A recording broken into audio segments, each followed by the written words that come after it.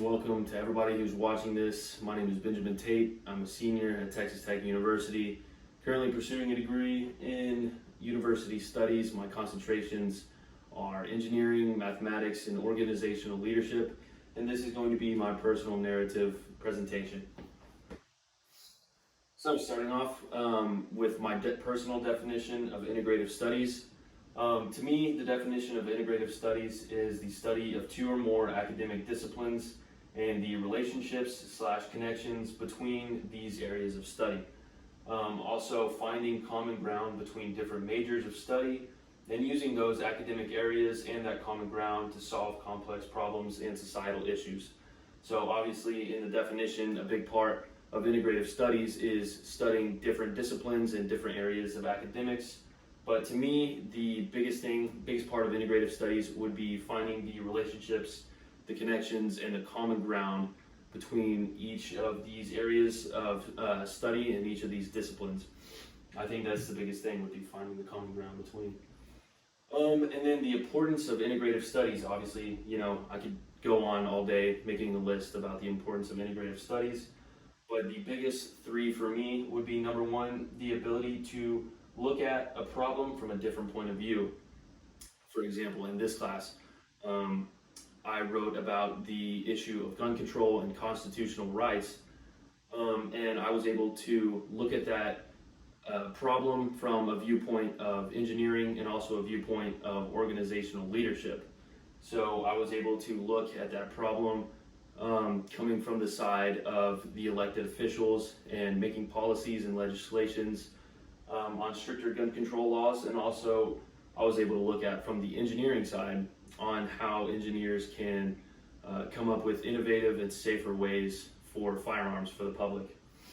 Number two, the ability to draw connections between things that may not seem to have any relation. So, for example, like in the last slide, I said probably the most integral part of integrative studies would be the ability to find common ground and to find the connections between each individual major.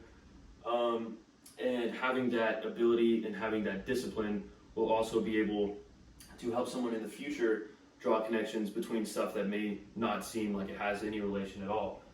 And then thirdly, the ability to decide what approach would be most beneficial for the most people. For example, someone who studied medicine in school is going to have a different viewpoint from somebody who studied business. But a key aspect of integrative studies would be able to look at both of those areas of study and come up with a solution that benefits the most people.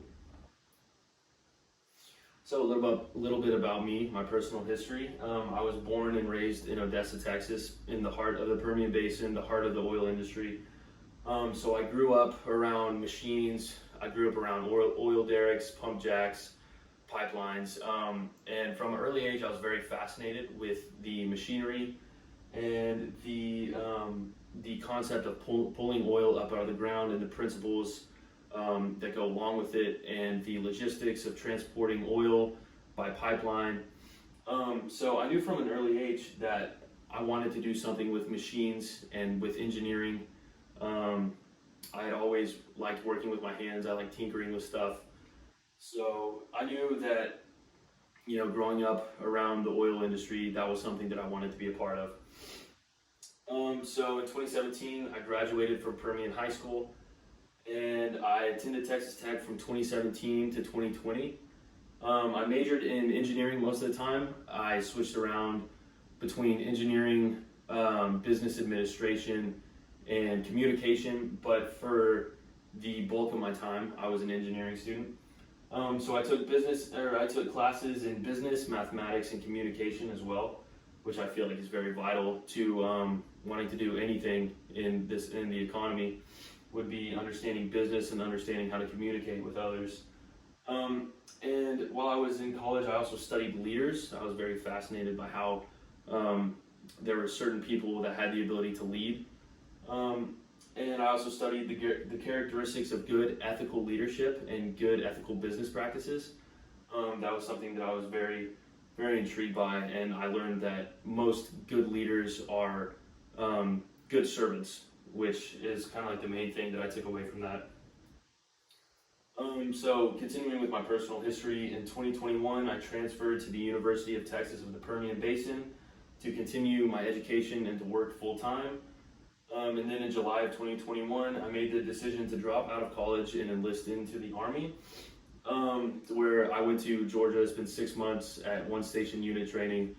And finally, in January of 2022, I got my orders to move to Fort Hood, which is currently where I'm stationed, and I am trying to continue education as well by taking these classes.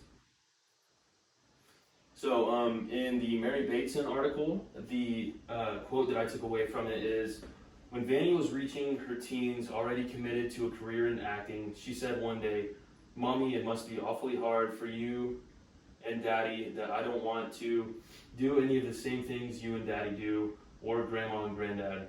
Well, how could I know whether the sense of continuity was critical at that moment or the sense of rebellion? And I reference this passage because I relate to Vanny in a certain way. Joining the Army was something that none of my family has ever done, enlisting and serving my country. And I know at the time my parents probably thought it was a very rebellious, very rebellious decision, but in my mind, it helped with the continuity of my life. And so for my life's trajectory, I'm currently in the Army, stationed at Fort Hood, Texas. I plan on graduating with a degree in university studies by the end of 2022. I'm planning on graduating in December. My areas of concentration are engineering, mathematics, and organizational leadership. I studied engineering initially, decided to drop out and serve, and I'm trying to finish my degree as quickly as I can. That's kind of how I got into university studies, is I kind of bounced around for majors. And when I contacted my academic advisor, they said university studies was probably the quickest way to get me out with a bachelor's degree. Continuing my life trajectory, this time focusing on the discontinuities.